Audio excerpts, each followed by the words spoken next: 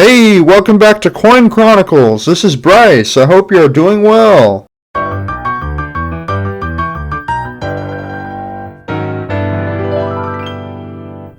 Today we will take a look at the history of the year 1929, and we will look at some coins from the year. This will include one standing Liberty quarter, one Mercury Dime, one Buffalo nickel, and one Lincoln wheat cent. We will look at each coin and the important details such as mintage, grading, and inflationary value or purchasing power of the time. First, we will cover the history of the year 1929. In the year 1929, the St. Valentine's Day Massacre occurs when 7 gangsters and rivals of Al Capone are murdered in Chicago. The longest bridge in the world, the San Francisco Bay Toll Bridge, opens. Herbert Hoover is sworn in as the 31st President of the United States. The Cleveland Clinic fire of 1929 occurs when a leak and explosion of methyl chloride refrigerant kills 123 people. The first public demonstration of color television is held by H.E. Ives and his colleagues at Bell Telephone Laboratories in New York City. The Young Plan, which sets the total World War I reparations owed by Germany at $26,350,000,000 to be paid over a period of 58.5 years, is finalized. J.C. Penney opens store number 1252 in Milford, Delaware, making it a nationwide company with department stores in all 48 states.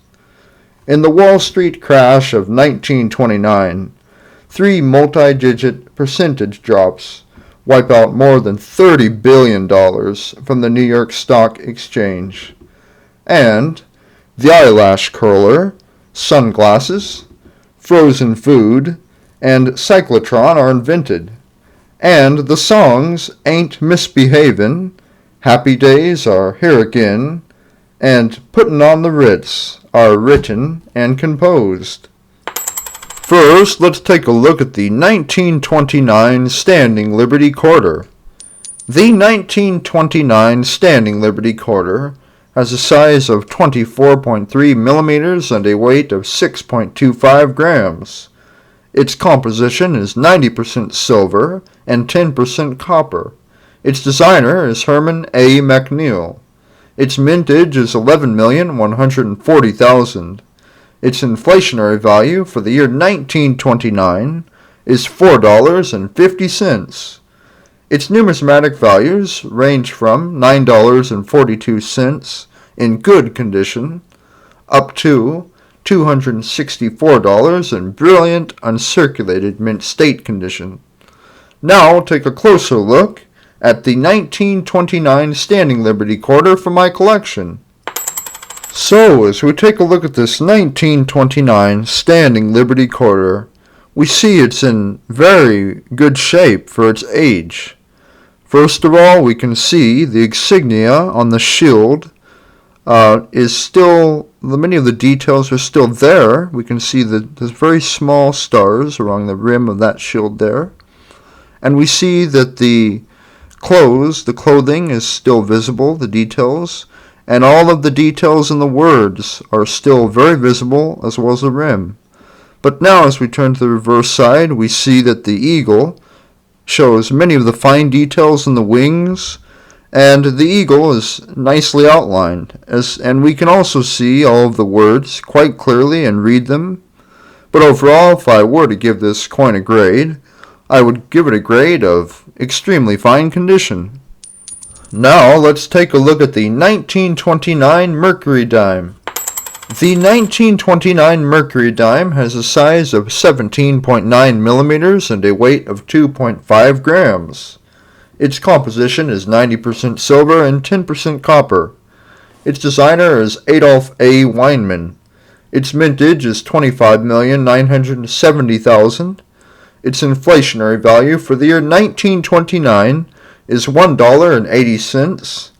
Its numismatic values range from $3.92 in good condition up to $86 in brilliant uncirculated mint state condition. Now we'll take a closer look at the 1929 Mercury Dime from my collection. So, as we take a look at this 1929 Mercury Dime, we can see it's in pretty good shape for its age. First of all, we can see that the wings on the head there, the tiara, some of the details are still visible there. We can still see a nice outline of the head, general outline. But the date there looks to be a little smashed on the 9. But overall, the obverse side looks pretty good. As we turn to the reverse side, we see that the majority of the details on the axe have been worn down. However, many of the words, or all of the words along the rim are still visible. But overall, if I were to give this coin a grade, I would give it a grade of very good condition. Now, let's take a look at the 1929 Buffalo Nickel. The 1929 Buffalo Nickel has a size of 21.2 millimeters and a weight of 5 grams. Its composition is 75% copper and 25% nickel. Its designer was James Earl Fraser.